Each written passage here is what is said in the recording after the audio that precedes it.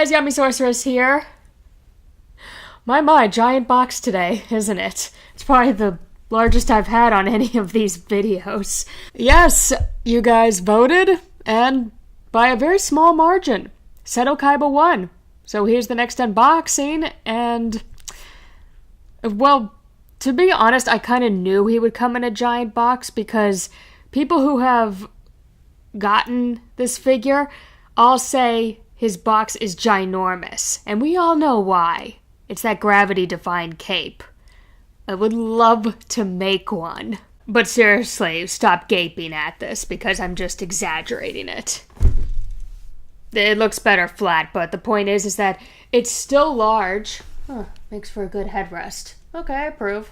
So before I start with the unboxing, get the box out of the way for a second, is that this is the final vote. We are down to nice Malik, Marik, however you want to call him, or the evil Yami Marik. So this is your final vote. You have until next Monday to vote for which one will kind of be like the winner of the voting. And then obviously the week after that will be the loser. Go. Vote. Now. At the bottom. So yes, this poor box has just been sitting in a corner for a few months now. Seto was one of the first figures to be re-released from the Kotobukiya line. And then when I saw that the rest of them were being re-released, I just figured, sorry Kaiba, you're going to be in a corner until more of your friends come along. Ugh, I feel like I should use this box for something. It would be just such a waste if I threw it out. Alright, moment of truth. I know you can't see me, but can we defeat Bakura's box? Let's see. I know you can't see me. Too bad. Oh my gosh. You are a ridiculous, ridiculous giant box. Yeah, I don't think I need to say anything. Obviously, Seto Kaiba and his giant ego beat out Bakura's box. Please, there's no competition.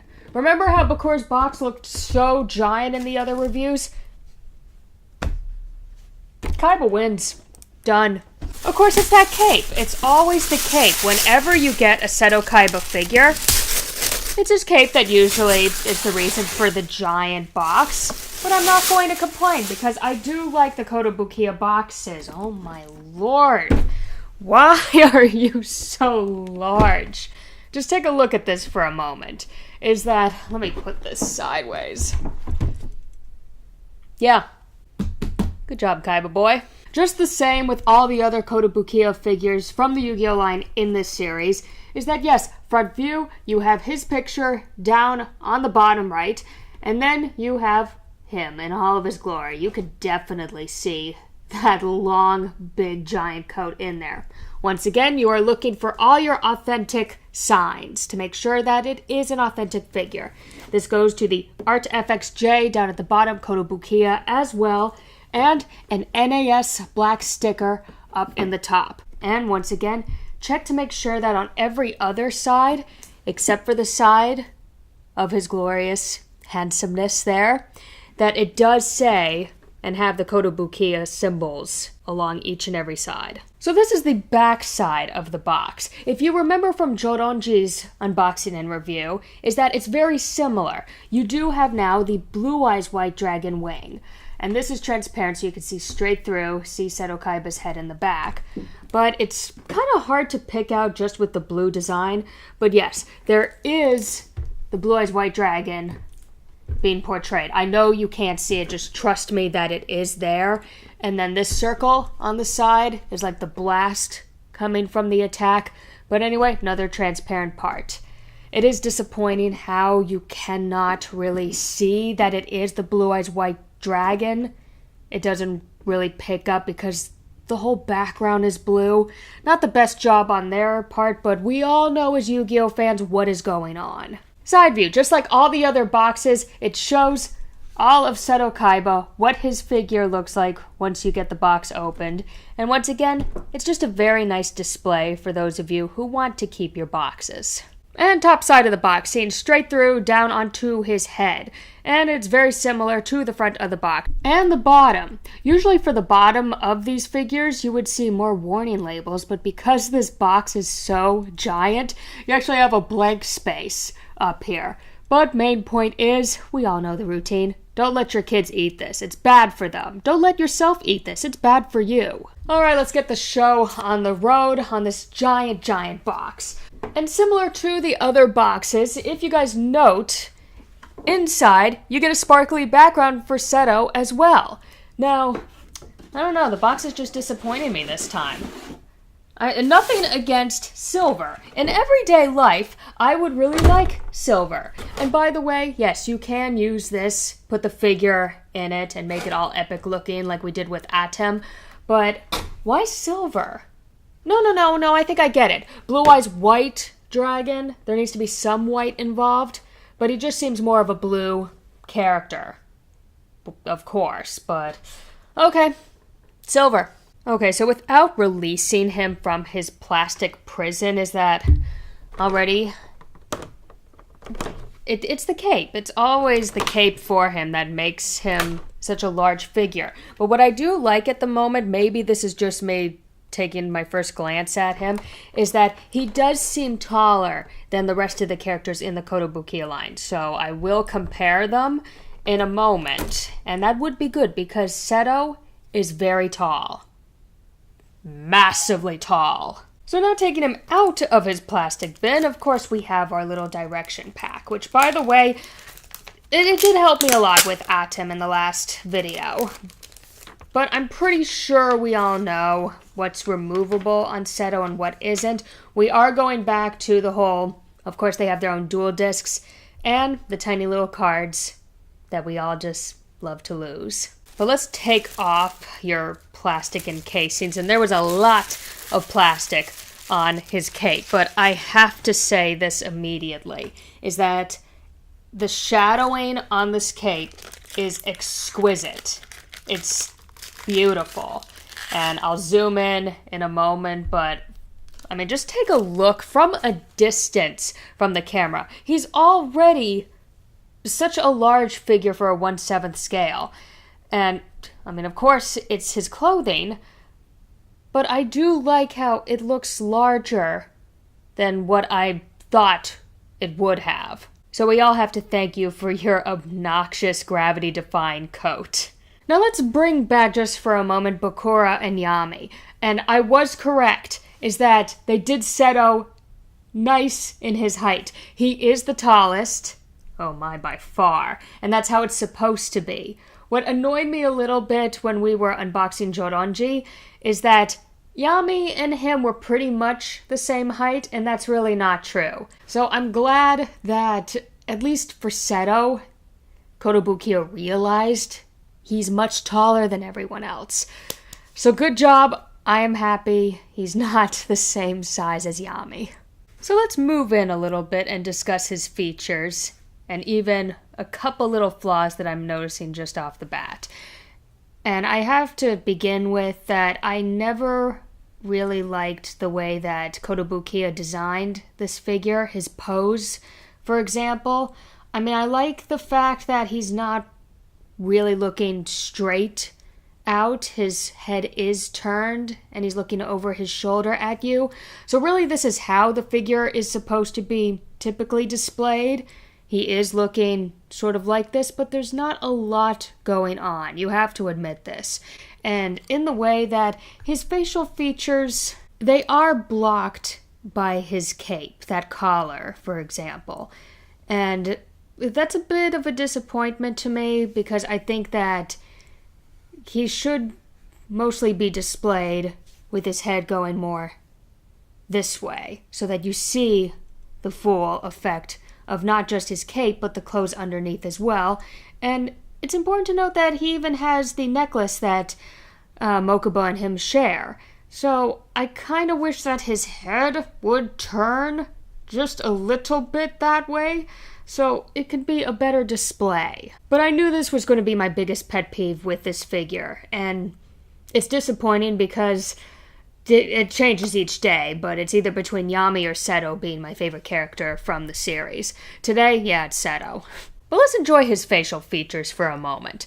Is that he is really well done in his face area. I do like the eyes. The bangs came down perfectly to meet just the top of his eyes, giving him that slanted look that he portrays throughout the anime series. And I have to say, I love Seto's eyes above all the other characters in the series. I think they're just unique, plus I love the blue. But you will also recall a bit is that Seto Kaiba for the Kotobukiya series, he was the second figure to be released almost immediately after Yami Yugi. This was back in 2011-2012. So it's been a few years, and you can kind of pick up, even though this is the second printing of this figure, is that it's not completely up to date like what we saw with Atem last week.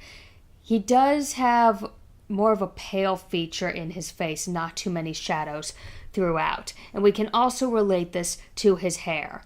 But I will say this right now, the hair, it's really gorgeous. I do like the shadows. I like that they use the brown and even a little bit of some light brown in order to show off some of the highlights throughout his hair.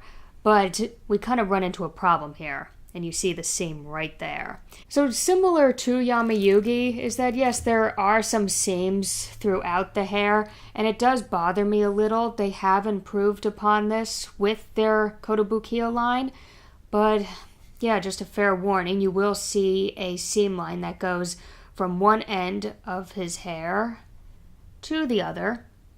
And it's not a big deal. You can kind of just admit to yourself that it is part of his hair. Maybe a part in his hair that just goes all the way up. It would have been better if they smoothed it out a bit, but oh well. Things happen with these figures, and especially when they are sculpting.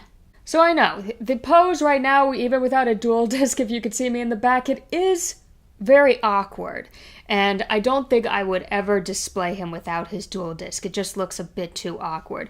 But once more, let's just take a look at some of the details that you see on the front of his cape, as well as his normal clothes underneath. I can't say this enough, but I just love the pendant. I love how they included that for his person. Is that it means so much to him that he carries this around with a picture of Mokuba inside.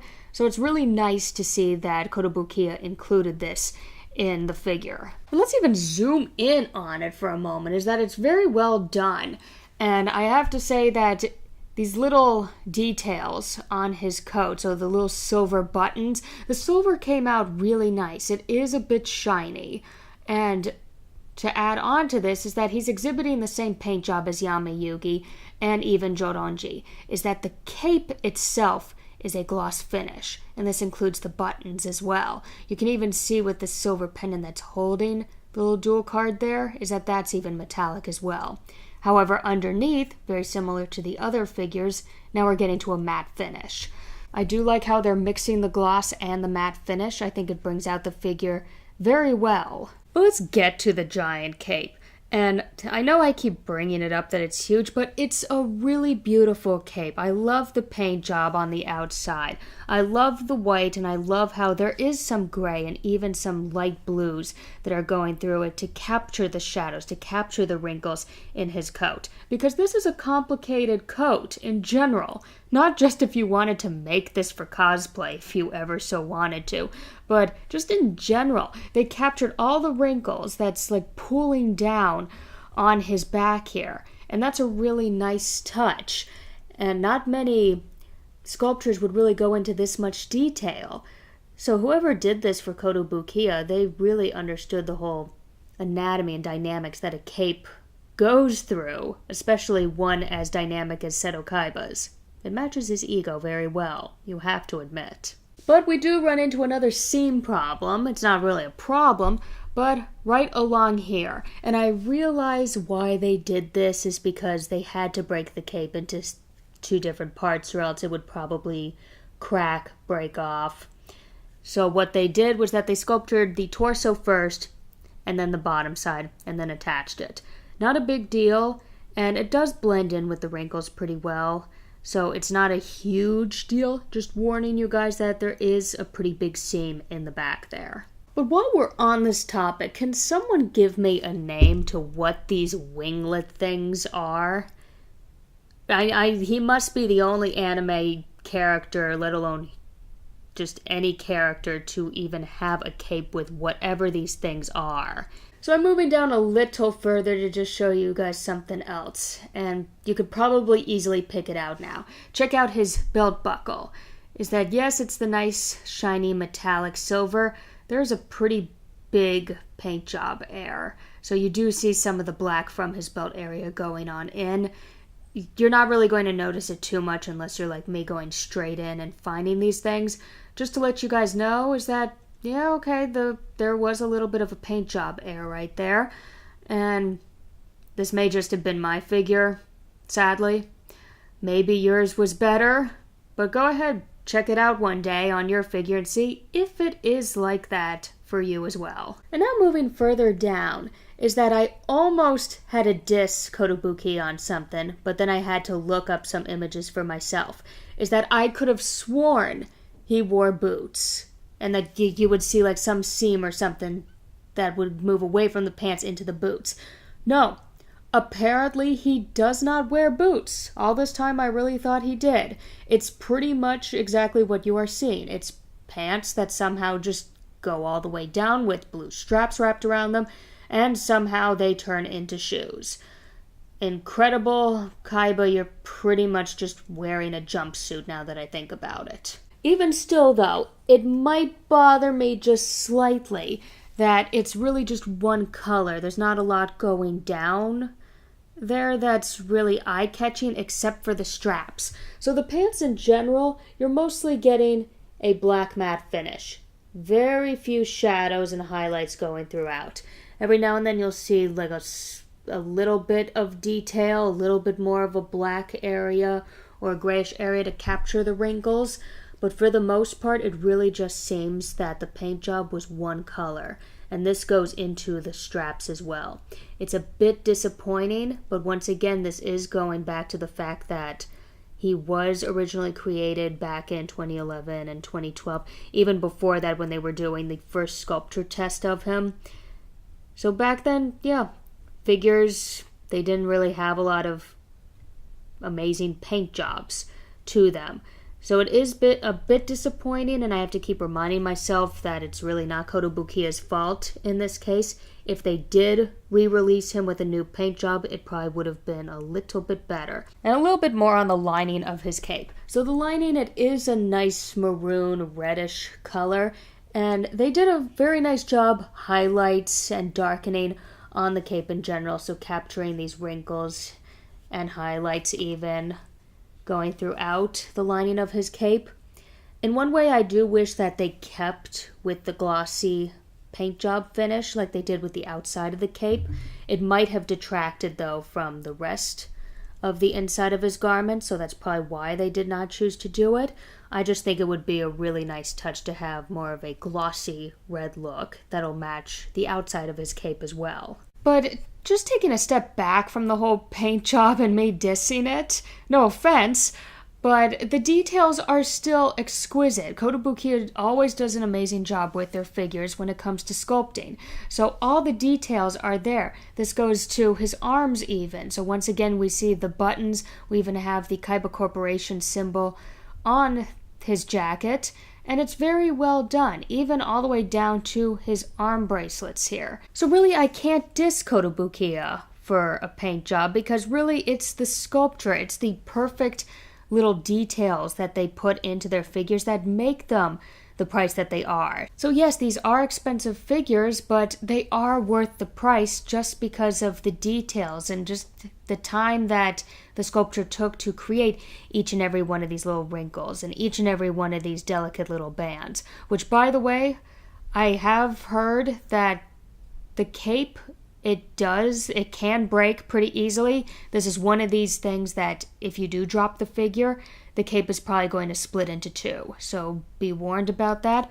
But also, these little armbands, I mean, sure, they are pretty strong, but once more, you don't want to fiddle with them too much because, yes, they will snap. You have to admit that this pose sort of looks like some boy band pose that someone would do.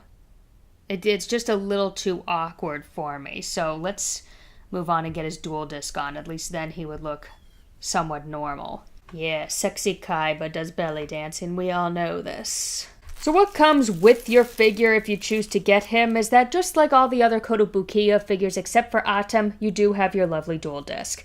And I do like to point out that all the dual discs that Kotobukiya make is that they are beautiful. I mean, take a look at just the paint job and all the grooves, and they're all pretty much the same across every single Kotobukiya figure. The only difference is that obviously the arms are a little bit different. So with this is that they're still keeping Seto's arm bangle with it. And we're back to the tiny little cards.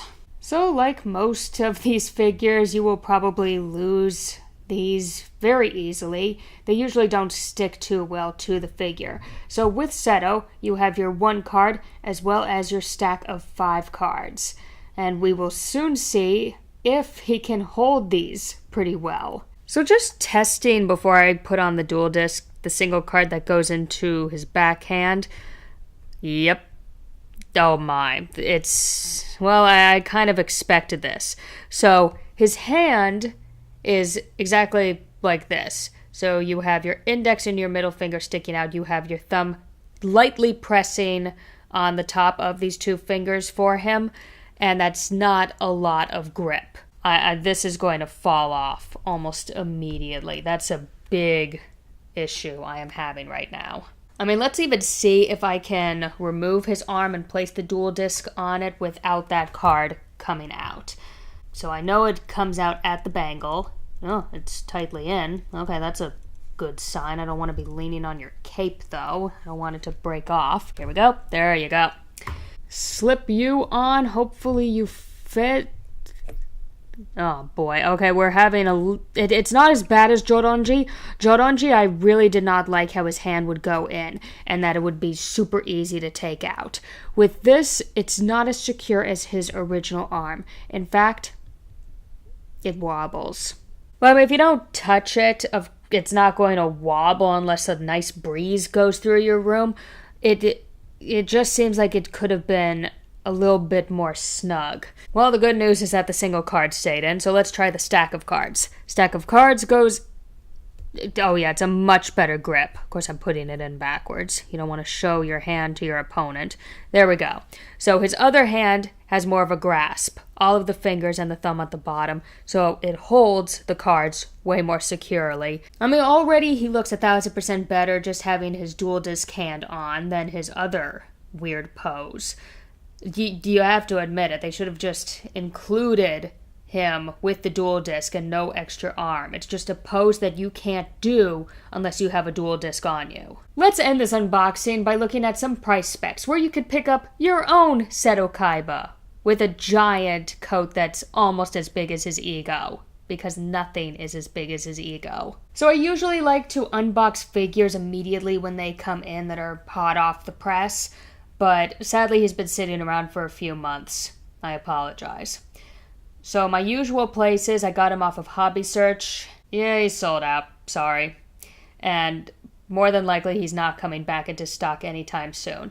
So on Hobby Search, you could have gotten him for 7,410 yen. So about $66.53. Same with Ami Ami. Ami Ami, I have seen him in the past couple of weeks. He does go on and off. They even did a 3rd run of pre-orders for him not that long ago. So more than likely they'll do another one. He is up to 7,980 yen. Not too bad. But if you really, really want him, I suggest going to Amazon. Yeah, surprise, surprise. Amazon has a pretty good deal, and they have them in stock. I mean, it's also great because if you have Prime and you get free shipping, I mean, good on you. On Amazon, you could pretty much get him for $100. And that's saving you with shipping costs. Because even though the price that I said off of Hobby Search for him is that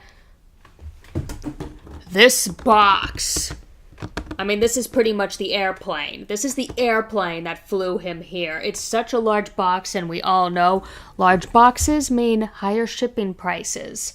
And that is all for this week's unboxing with the lovely, egotistical Seto Kaiba. If you liked this unboxing and review and you like all the other weird shenanigans that I do, go ahead, go to the bottom. You see the thumbs up down there? Smash it!